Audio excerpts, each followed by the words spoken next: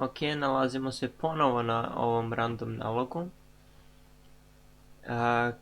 Kao što se vidi, ja sam prijavljen na profesionalce i na Zbera Gaming i on mi izbacuje njihove videe iako nisam gledao nijedan video s ovog naloga.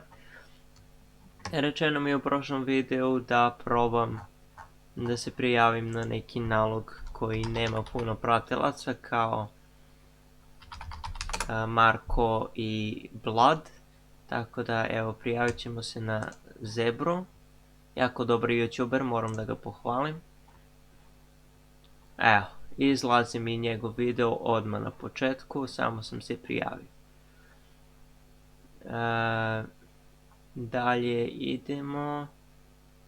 Da li će ponovo izaći? Evo, malo kasnije izađe još jedan. Evo, malo kasnije još jedan. A ako bismo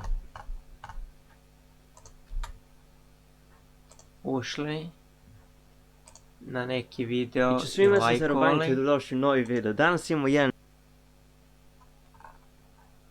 I sada da refreshujemo. Jedan. Drugi, malo bliže, treći. Četvrti, evo ga prvi video na YouTube-u.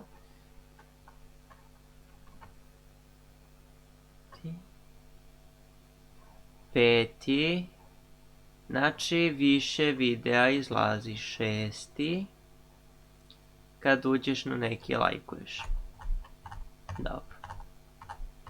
Eto. Probili smo teoriju. Znači bolje je da lajkuješ. Bolje je da uzmeš i da ti lajkuju jedan video, ali šljaka i za male kreatore. Ja sam bio Zbera. Hvala lepo.